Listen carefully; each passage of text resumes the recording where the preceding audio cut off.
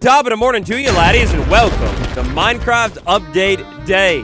That's right, after its initial debut at Minecraft Live this spring, the Chaos Cubed update, it's finally here, baby. Sit back, grab some snacks, and get cozy, because in today's video, we'll be taking a look at everything new added to Minecraft in the Chaos Cubed update. Beginning with the brand new mob. It's called the Sulfur Cube, and dude, look at this tiny little mob right here. Now, the Sulfur Cube, it is going to come in two different sizes. We've got ourselves an adorable little Sulfur Cube. I've got two babies right here. One of them is named Tap Like. It's a weird name for a child. And the other one is named Subscribe. Only 30% of you are. That's a long middle name. But we've got ourselves children's Sulfur Cubes that you can golden dandelion and preserve as youth forever. Or you've got a grown-up one that is a little bit bigger. Now, when it comes to the Sulfur Cube spawn egg aesthetic, it's very similar to the slime or the magma cube, except because this thing doesn't get as big ever, the egg's a little smaller. The Sulfur Cube has a couple of different items that you could use on it. If you've got a child Sulfur Cube and you want to tempt it around your world, the slime ball is the way to go. You can also feed it a slime ball to speed up its 20-minute growth timer.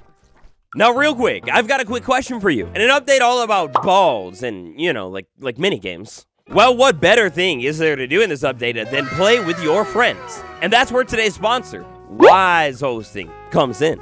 Viewers of the channel that have been around for a minute have heard of Wise Hosting. This is the only server hosting company that I trust. They're top-notch. A clean, easy-to-use control panel, 24/7 server uptime, easy modification of your world, and you can even dump add-ons, data packs into your world with the press of like a few buttons. If you're looking for a server to test out the new Sulfur Cube mob on with your friends, then check out Wise Hosting. Use my link. You'll find it down at the top of the description. Code wattles at checkout, and a huge shout-out to Wise Hosting.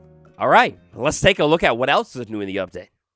Now, I'll show off where you can find the Sulfur Cube later on, but once you find one, you might want to bring a bucket, use it on the cube, because you could pick it up inside of one. And last things last, for the first time in a long time, Mojang actually encourages us to slice this mob in half. If you want to breed it or get more, you chop a grown-up Sulfur Cube in half, and it will literally split into two. Then you could raise the two brand new babies up into adults and repeat the process of life again. It should be noted that if your Sulfur Cube is miniature, you cannot put a block inside of it or pick it up inside of a bucket. Now today, to show off our Chaos Cubed update, I've gone ahead and set out every single feature in a row. Channel Members Club, the best and coolest club on the internet. There is a world to download out for you right now. Smash that subscribe button and tap the join one to get access to that world download, as well as, if you come by a live stream, your name in my survival world. Big shout out Members Club. The wall is growing strong and looking really, really good right now. So just like I mentioned, tied to the brand new Sulfur Cube mob, we've got the Sulfur Cube, except it's in a bucket. The items that you could use on the cube are cool, but you have to have seen it. The big point of the Sulfur Cube is balls, except in Minecraft. They've added balls to Minecraft. The Sulfur Cube comes with a bunch of what are called Archetypes. So basically, you have a Sulfur Cube, you put a block inside of it, then you could hit it around, and that Sulfur Cube is going to behave differently depending on what you put inside of it. So right here in our world, I've gone ahead and laid out what type of block you could put into the Sulfur Cube, and then below it, what will happen to the Sulfur Cube. So for example, if I put cobblestone inside of it and then hit the Sulfur Cube, well, it'll bounce around off of things, but it'll move much slower than it would if I say maybe put a wood block inside of it. Now, these different archetypes right here, they are going to come with different sounds. It's kind of hard to hear. But yeah, different sounds for every single type of Sulfur Cube that you have, and then different reactions as well. For example, if I put a natural type of block into the Sulfur Cube, well, then it'll kind of behave like a golf ball, so it moves fast and flat and bounces a little bit.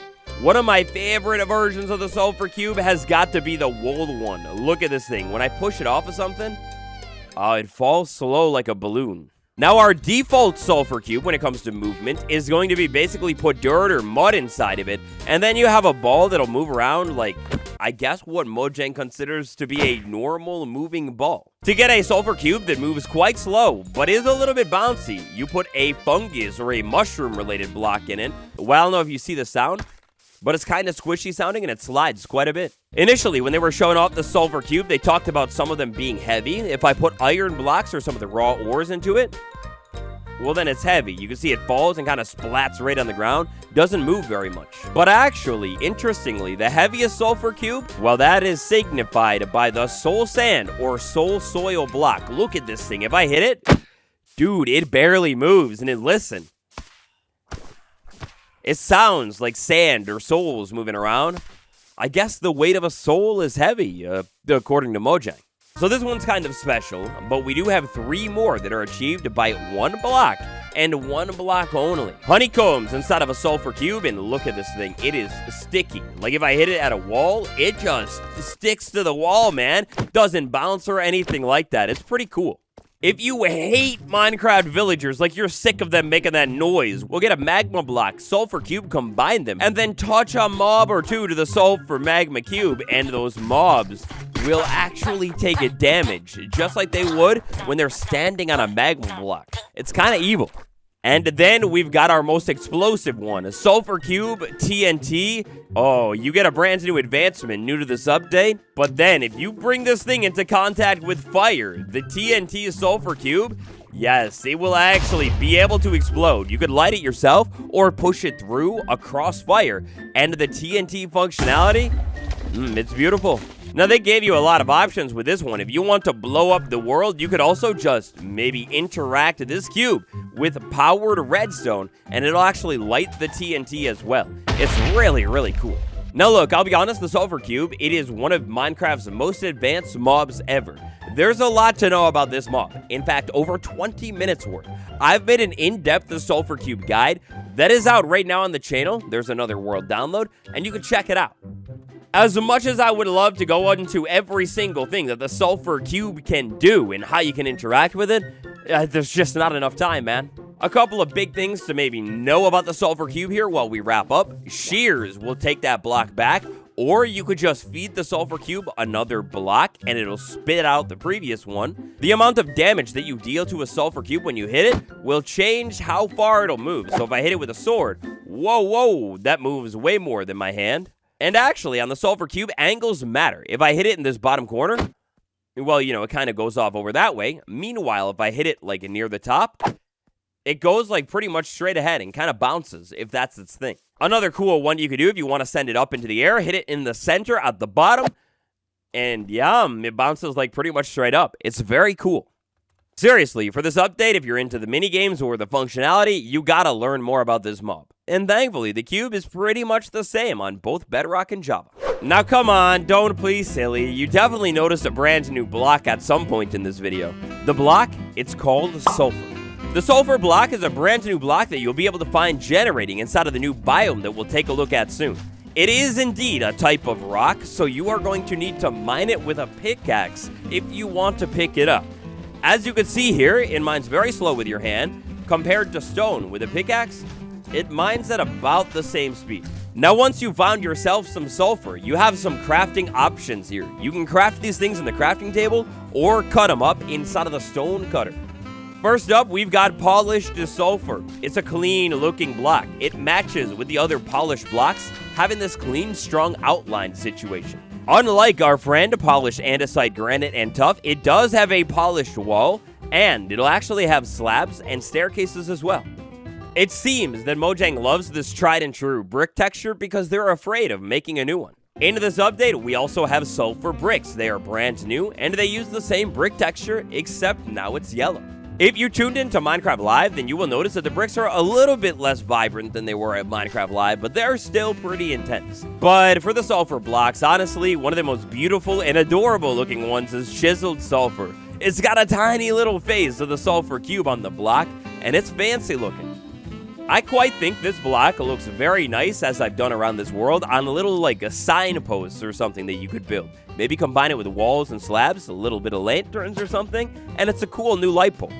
Now, just when you thought Mojang was done adding the stinkiest block to the game, there's one that gets stinkier. Plug your nose, man, because right here we have the brand new potent sulfur block. As you can see, potent sulfur, when compared to normal sulfur, well, it's quite a good deal more yellow than normal sulfur. If you want to pick up this block in survival, you do not use your hand. Just like with normal sulfur, mine's pretty quick, you use a pickaxe. Now, this block is pretty useful for some other contraptions that we'll take a look at in a minute. That means you're probably going to want to be able to craft it. If you want to craft it inside of a crafting table, well, you will need 9 sulfur total to condense down into 1 potent sulfur. So, yeah, it's a pretty expensive block, but honestly, it's kind of worth it. So our first interesting thing that'll happen here with potent sulfur will happen when I put it in water up to 4 blocks deep. If the water gets any deeper than 4 blocks, potent sulfur under the water will do absolutely nothing different at all. But here I have it in a 1 block deep puddle of water, and we can see some nauseous looking particles popping up over the water. That's because potent sulfur makes the water turn you sick. You actually, for the first time I think in survival Minecraft, get the nausea effect from something random in the world. While I stand in anywhere that is marked with the yellow block down below the water, because I have 1 single potent sulfur block there, I'll get the nausea effect. Now, the nausea, when I move into this thing, it'll slowly set in. If I back out, pretty quickly it goes away. Nausea doesn't actually do anything to you other than make your screen all wobbly and woozy, maybe make you throw up on your keyboard. But yeah, the potent sulfur block is basically, well, it's creating something that we like to call noxious gas. This noxious gas is signified by the yellow sulfur particles above the water. Another thing to note about this whole noxious gas jazz, if I have flowing water over potent sulfur, well, that doesn't work. You will need an actual water source above the sulfur. Otherwise, there is no sick gas. Now, one of the coolest things about this update are the springs that have been added to the game because they come with geysers inside of them as well. You keep the springs in mind, we'll come back to them in a minute. Let's take a look at geysers. In order to create a geyser inside of your world, you've got 2 different options. The more natural option of the 2 is going to be magma block, potent sulfur, and then water source. Now, our water source can be up to 4 blocks deep here. Depending on the depth of the water above the potent sulfur, your geyser will either explode a little bit shorter or explode a little bit taller if you have it up to 4 blocks. Any more and the geyser will simply never activate. It won't work. Now you can see here, our geyser timing, it is a little bit random. Some of the geysers, usually when they are a little bit deeper, they will take longer to explode because they go higher up. And yeah, while it's a pretty cool thing, this version of the geyser, unless you're trying to create some kind of randomized situation, maybe it's not the most useful version in your build. Instead, that's where we swap out the magma block for a lava source below the potent sulfur. Everything else is the same, and you get a geyser that is quieter, but just as powerful as the natural, randomized version of the geyser that we were just taking a look at. Now look, dude, here's the cool thing about the geyser. If you move into it or an entity does, oh yeah, you better believe it that they can move you up and sustain you up in the air. Even the higher geysers, yup, they're going to be able to move you even higher up into the air. The geysers will also be able to move items up into the air. I don't know if you catch it right there, but if I can throw an item into the geyser and it can actually touch the geyser bubble column situation, woo, it got shot all the way up into the air, and geysers sort of preserve momentum. So if I throw something forward, it'll go into the geyser, go up, and then continue going forward. Water depth, obviously, it has a correlation to height. Water that is 1 block deep makes a 5 tall geyser. Double it, and you will literally double the height. 3 block deep water creates a geyser that is 15 blocks tall. And finally, 4 block deep water makes a gigantic 20 block tall geyser. The stuff is crazy. Now, you gotta keep in mind here, man, dispensers and what they can do to lava. If I have a dispenser with a bucket inside of it, and maybe I go ahead and power it, well, it could pick up the lava, which means you could easily turn on and off these geysers with some kind of simple redstone contraption. It's easy elevators for mobs, items, players. Oh my. Geysers are sick, but there's even more sulfur, baby. But real quick, before we take a look at that, we're about to get into some very juicy features. If you haven't yet and you are enjoying the video, smash like. Leaving a like helps me out with YouTube, and if you love these videos, subscribe for even more. The fall update looks so good, dude. Mojang, for this update, they went ahead and copied a pointed dripstone, except make it sulfur. You've got a brand new type of spike in the game called the Sulfur Spike. Just like with dripstone, the taller you make this thing, the texture will change and get taller and taller and taller. You could technically do this infinitely. You could have the Sulfur Spike from the floor or from the ceiling. You'll be able to find this naturally generating the biome that we'll take a look at in a minute.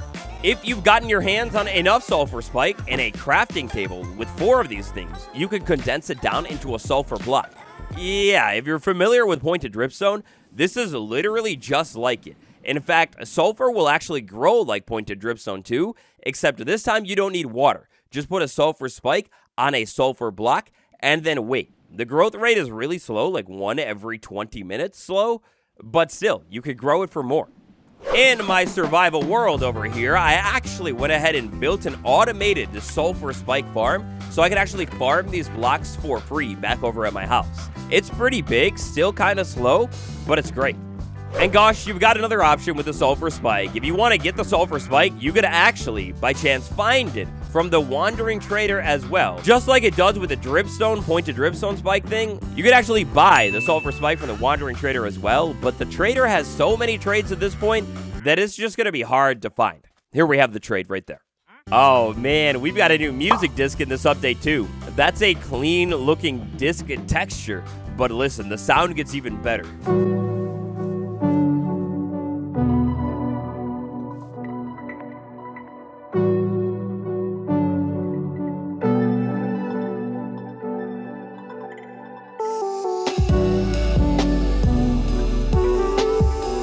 Yeah, it's like a good lo-fi vibey disc. It feels modern but retro at the same time. Now, how will you find this disc, you ask? Well, it's going to be tricky. You need to find a Sulfur Cave biome and then find a mine shaft inside of it. But the Sulfur Cave biome, man, this thing is good. So right over here, I have the rarely generated Sulfur Surface Cave biome. Yeah, it's a brand new, basically variant of the biome. It can generate up on the surface, and when it does, like it has in this world, it looks really, really cool. But of course, the main version of the Sulfur Cave, it's going to happen and generate under the ground. When it does, look at it. It's ketchup, it's mustard, it's Spike all over. Now for this next part of the video, I'm going to go ahead and give myself some night vision so you can take a look at the biome a little bit more easily. But yeah, wow, all over this biome, we're going to have sulfur and cinnabar generating. You'll have spikes on the floor, on the ceiling, and actually, you'll have the brand new Sulfur Cube mob spawning inside of this biome. Now, this is the passive mob, so you could go down into the biome, not have to worry about it, but you do still need to watch out for all of the other hostile mobs because they'll spawn here just like normal too. And actually, we have an increased amount of challenge in this biome because the cave spider, for the very first time, will actually spawn naturally inside of this biome too. You don't need a mine shaft inside of it. You could just find a cave spider, the poisonous one, spawned here, chilling, waiting to like hurt you or whatever. The mine shaft. If you're able to find a mine shaft inside of this biome, you need to pay close attention to the mine shaft and its contents. If you are able to find a minecart with a chest in it, oh, well, hopefully you're lucky. Because if you are a lucky man like myself, then take a look at it. That's how you can find the Bounce Music Disc. Bounce Music Disc has the chance to generate inside of a sulfur mineshaft minecart chests. Overall, this biome is a beautiful, beautiful looking cave biome. It's going to feel vaguely similar to maybe the dripstone cave biome, except with a little bit less spikes and a little bit more pools of water. Oh yeah, I totally forgot to warn you that the pools of water, they have potent sulfur naturally generated in them, which is going to make you sick. Now there is a trick up on the surface to finding the Sulfur Cave biome if you don't happen to be lucky like me and have a gigantic surface Sulfur Cave. Next time you're up on the surface exploring, adventuring inside of this update, keep your eyes peeled for a little bit of sulfur, cinnabar, tuff, and granite blocks. You're actually able to find a brand new structure called the Sulfur Spring in this update. And the spring, it's kind of like an azalea tree. Every single time you find a sulfur spring, if you dig straight down from this thing, you will find yourself smack dab inside of a Sulfur Cave biome. Now, the Sulfur Cave biome, you notice a different block inside of it too. We've got a new block called Cinnabar that has been added to the game too. It's another rock. It's got a new sound. Kind of crunchy, sticky. If you want to mine this block, just like you do with sulfur, you need to use a pickaxe. It mines at about the same speed.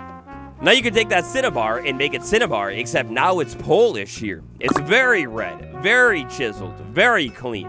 It looks nice. This is really pointing out how Mojang needs to circle back around to the andesite blocks, that diorite and granite, and give us some polished walls.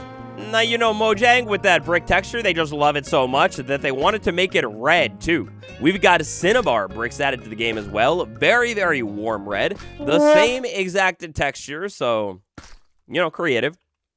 But it's fine, it's chill. We've got a staircase, a slab, and a wall variant as well. Now, maybe most excitingly out of all of them, this chiseled Cinnabar block right here, I believe it's meant to nowadays depict a cave spider. If you can remember, initially, this block actually had a symbol on it that looked like one of our new buttons that has been added to the game. It was a beetle-looking thing. They went ahead and updated the texture and made it into a spider. Definitely a poisonous spider, right? That's pretty cool looking. Now, that music disc was nice. It is by the artist Fingerspit. Inside of this update, we have 5 brand new songs that will play around your world, especially inside of the new biome. You can hear these songs on the official soundtrack on streaming, but Memories Ebb Home, Shores, and Nightly are the name of the songs.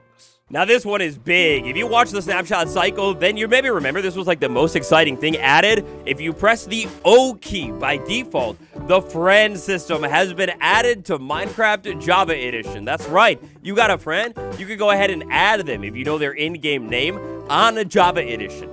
Now, when you get a friend request, you have 2 options. You can accept or decline. For the first time, when you open up the game in this new update, you'll be prompted with a question about online settings. By tapping on options, you can slide into online and see that same screen. You could go ahead and turn the friends list on and off if you want, disable or allow requests. You could change your visibility, like what your friends can see you're doing, and you could adjust if you want a notification, like a toast to pop up when somebody adds you. You can also go ahead and get a shortcut to your Xbox account settings, which is already linked. Then you have different options for realms and servers as well. This is a beautiful, beautiful new system. It's missing a giant functionality that you might be wondering about, but overall, the system is so good to have. To add somebody, all you need to do is type in their profile name, like Wattles right there, and then go ahead and tap that button, and you will add that person, if that person is not yourself. After you've added a person, if you want to remove them, you can tap that button and delete them forever. Tragically, easy multiplayer. You know, we saw it in one of the snapshot videos, being able to join your friend's world. That wasn't ready for the release of this update, so they pulled it out of the drop. Hopefully, sometime soon, it'll make it into the game. Related to servers and things like that, we've got new commands. If we type /publish, we could publish our world, if we set it to true, to a LAN world right now. That opens the game to multiplayer. If I type /unpublish, I could undo that, and now the game is private. It's, you know, the same thing that you could do inside of the open to LAN screen. If I tap on that, I can turn it on to LAN and then adjust some world settings. But if I create a hardcore world, well, the developers have gone ahead and made hardcore harder in this update, because if I pause the game and open to LAN, yep, you can't change your game mode or your commands. You can still turn it to LAN and play multiplayer, but no more cheating. Mojang in this update has made beds bouncier. I don't know, man. Now, this one, it sounds technical, but it's actually pretty big. Beds and signs now use block models. That is basically going to mean, you know how, like, when you moved far away from a bed or a sign, it would just disappear from rendering in view? Well, as I slowly back away here, well, here, you can see that the bed is never going to disappear because they're actual real solid blocks now. Same with the signs. Peaceful mob spawning. It had been bugged for the longest time. The ocelot will now be able to spawn on peaceful. The piglin can spawn on peaceful, so you can barter with them. And you'll be able to find a zombie horse on peaceful too.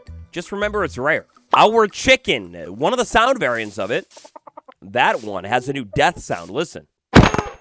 Oh, it's sad. Yeah, I feel terrible. New. It's so sad.